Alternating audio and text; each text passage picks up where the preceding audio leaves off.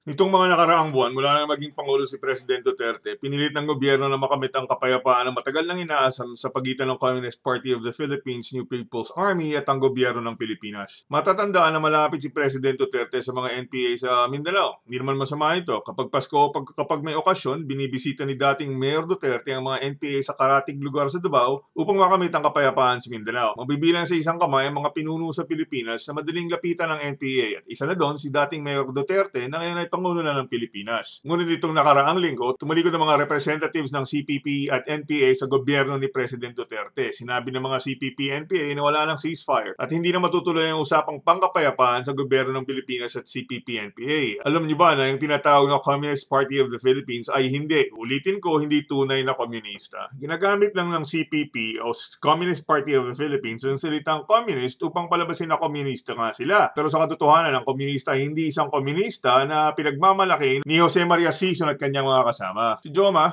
ang kasaysayan ng komunismo ay galing sa filosofiya ni Karl Marx at Friedrich Engels ng bansang Aleman, Germany. Sa mga sinulat ni Marx at Engels, lumalabas ang paniniwala na dapat walang gamit sa mundo na pagmamayari ng isang tao o isang grupo. Ang dapat ayon sa totoong komunista, lahat ng gamit at bagay sa isang lipunan ay pagmamayari ng lahat ng tao at lahat ng tao ay maghahati-hati sa mga gamit at bagay na yan. Mula sa Aleman o Germany, kumalat ang paniniwala na yan sa buong Europe. Kasama na ang Russia. Noong 1917, nanalo ang mga komunista sa Russia at pinabagsak nila ang hari ng Russia na si Tsar Nicholas. Ang Russia, ang kauna-unahang bansa sa mundo na yumakap sa filosofiyang komunista. Sa Russia, nagsimula ang tinatawag na Leninist-Stalinist School of Thought ng komunista na nanggaling sa mga pangalan ng pinuno na si Vladimir Lenin at Joseph Stalin. Noong 1945, matapos ang World War II o pangalawang digmaang pangmundo, pinagpatuloy ang Civil War sa China at ang nagwagi ay si Mao Zedong at grupo niya na komunista. Sa China, nagsimula yung tinatawag na Maoist School of Thought ng komunista na nanggaling sa pangalan ng pinuno na si Mao Zedong. Sa pagwagi ng komunista sa Russia at China, kumalat ang komunista sa buong mundo. Sa Europe, mula 1940, naging komunista ang mga bansa ng Romania, Bulgaria, Hungary, Poland at bahagi ng Germany sa ilalim ng hawak ng Russia. Sa Asia, naging komunista ang North Korea, Vietnam, Laos at Cambodia sa impluensya ni Mao sa China. Sa dalawang grupo na yan ng Russia at China, mas malapit ang loob ng mga Filipinong